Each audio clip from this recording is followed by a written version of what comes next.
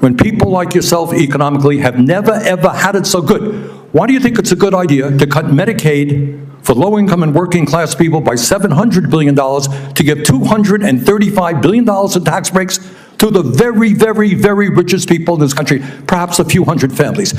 Please justify that and tell me about that. Well, Senator, I don't know, but the Democrats had the trifecta, and there was no tax increase or wealth tax on billionaires. You choose. I'm not talking about a tax. You chose not to do that. Mr. Bessent, I am not talking about a wealth tax. Help me out here. My understanding is the Trump administration has, I think, 13 billionaires in office right now, leading government agencies. Is that about right, do you think? I have no idea, Senator. I think that's what the number is. Do you think it's a coincidence, given the large number of billionaires in the Trump administration, that this particular piece of legislation would provide $235 billion in tax breaks to the top 0.2% by expanding the exemptions in the estate tax? Senator, I will tell you that when the 2017 Tax Cuts and Jobs Act passed, my tax rate went up. Well, I don't know your exact situation, but I can tell you. Tell me about, how many people do you think are in the top 0.2%? Sorry? Number of people in the top 0.2% who would benefit from this particular $235 billion tax break. Well, the top, I know the top 10% is right. now paying 7%. That's not the question. My question is, why do you think at a time of unprecedented income and wealth inequality, when people like yourself economically have never, ever had it so good, why do you think it's a good idea to cut Medicaid for low-income and working-class people by $700 billion, to give $235 billion in tax breaks to the very, very, very richest people in this country, perhaps a few hundred families? Please justify that and tell me about that. Well, Senator, I don't know, but the Democrats had the trifecta, and there was no tax increase or wealth tax on billionaires. You choose. I'm not talking about a tax. You chose not to do that. Mr. Bessent, I am not talking about a wealth tax. Explain. A few hundred of the wealthiest families in this country, $235 billion tax break. Explain to the American people why you think that's a great idea. I think that this will increase small businesses substantially. That most small businesses, they are... Has zero to do, come on, you're smarter than that. This is the top 0.2%. This is not a mom and pop store. These are multi-billionaires, and the savings go to their kids after they pass away. This is nothing more than a gift to billionaires in this country. Well, sir, that's just not correct, because the top 10% paid a bigger share of taxes after TCJA. I'm talking about one provision in this. I don't want to argue with you about taxes in general. One provision, few hundred families, $235 billion in tax breaks. You can't justify that because morally it is totally unjustifiable. Let me ask you another question. If you guys want to cut $1 trillion in Medicaid and the Affordable Care Act, the estimate from CBO, I believe, is that over 15 million people lose their health insurance. Yale University and the University of Pennsylvania estimated that when you throw that many low-income and working-class people off of health care, some 50,000 people a year will die. Tell me why you think it's a good idea to give tax breaks to billionaires and allow 50,000 low-income and working-class people to die unnecessarily? Senator, first of all, that's overstated by 5.1 million. That is not attributed to this bill. It is simply... It's a combination, that's true. No. You all had a scheduled expiration of Obamacare subsidies, and you did not extend that when you were in charge. 5.1 million, 1.4 million illegal aliens on Medicaid. All right, look, and there are work requirements. And our goal is to get more money to children and mothers. Really? Your goal is to get more money to children, and working people. Really, come on. Do you know how many people, and I was surprised to hear this, I don't know if you know it or not, how many people lose their jobs every year, quit, get fired or whatever. Do you have any idea? Well, there's something called the quits rate, and so when the job market is strong, I understand. more people quit. But yeah, I was surprised that I just researched this.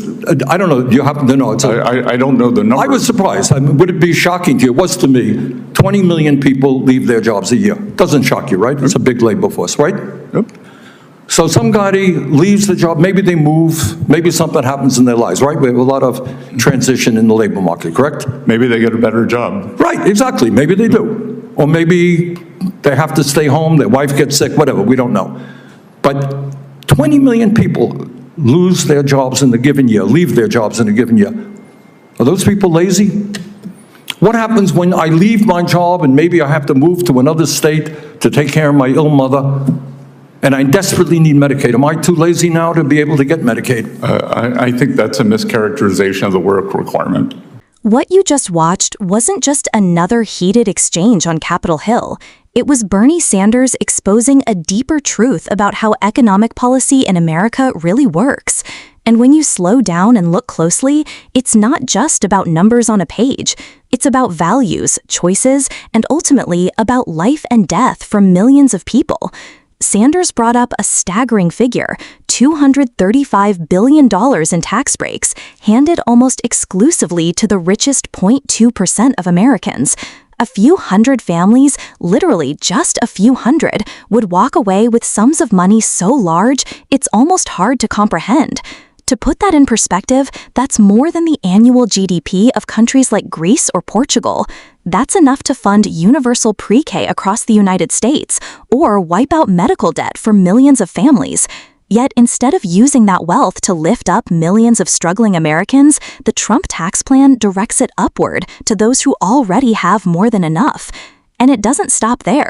These giveaways to billionaires are paired with brutal cuts to Medicaid, $700 billion slashed from the program that low-income and working-class families rely on for health care. That's not just a budget decision. That's a shift in priorities that says the health of everyday Americans is less important than padding the fortunes of the ultra-rich. Independent estimates warn that more than 15 million people would lose their health insurance under these cuts. And as Sanders pointed out, some studies estimate as many as 50,000 people a year could die as a result. Let that sink in. 50,000 human beings every year, not because of natural disasters or wars, but because of deliberate policy choices. Sanders' moral outrage comes from this very disconnect. America is already the most unequal advanced economy in the world. The top 1% owns more wealth than the entire bottom half of the country combined. And yet, instead of closing that gap, these policies widen it, shifting even more resources into the hands of those who already wield immense economic and political power. Now, let's be clear, this isn't just about partisanship or political slogans. It's about the fundamental role of government. Do we believe government should be a safety net, ensuring that no one falls so far they can't survive? Or do we believe it should be a tool for the wealthy to protect and expand their empires? That's the heart of this clash. Sanders is saying, in plain terms, that when billionaires are given massive tax breaks while ordinary families are stripped of health care, that isn't just bad economics, it's immoral. And here's the part that too often gets missed. When millions of Americans lose health care, it doesn't just affect them, it affects all of us. It means more strain on emergency rooms, more unpaid medical bills that drive up costs, more communities destabilized by poverty, and even lower productivity in the economy because sick people can't work. So even if you think you're insulated from these cuts, you're not. A society where tens of millions can't access healthcare is a society where everyone pays the price, whether through higher costs, weaker communities, or lost lives. This is why Sanders didn't let the official hide behind talking points about small businesses or work requirements. He cut through the spin to reveal what this policy really is, a massive wealth transfer to the richest families in America, disguised as economic reform. And he made it plain that no amount of clever language can justify the suffering these cuts would cause. At the end of the day, this debate is a mirror held up to the country. It forces us to ask, what kind of nation do we want to be? One where a handful of billionaires pass down untaxed fortunes while millions of children lose health care? Or one where prosperity is shared more broadly and where human dignity takes priority over corporate and dynastic wealth? That's why moments like this matter. They remind us that budgets are not just spreadsheets, they're moral documents. They tell us who we care about, who we protect, and who we're willing to sacrifice. If you value analysis like this, where we break through the political noise and get to the heart of the issue, make sure to like this video, subscribe, and join the conversation in the comments. Do you agree with Sanders that these tax cuts are immoral, or do you believe giving billionaires massive breaks somehow benefits the rest of us? Your perspective matters, because democracy only works when all of us are engaged in asking these tough questions. Do you agree with Sanders that these tax cuts are immoral, or do you believe giving billionaires massive breaks somehow benefits the rest of us? Your perspective matters, because democracy only works when all of us are engaged in asking these tough questions.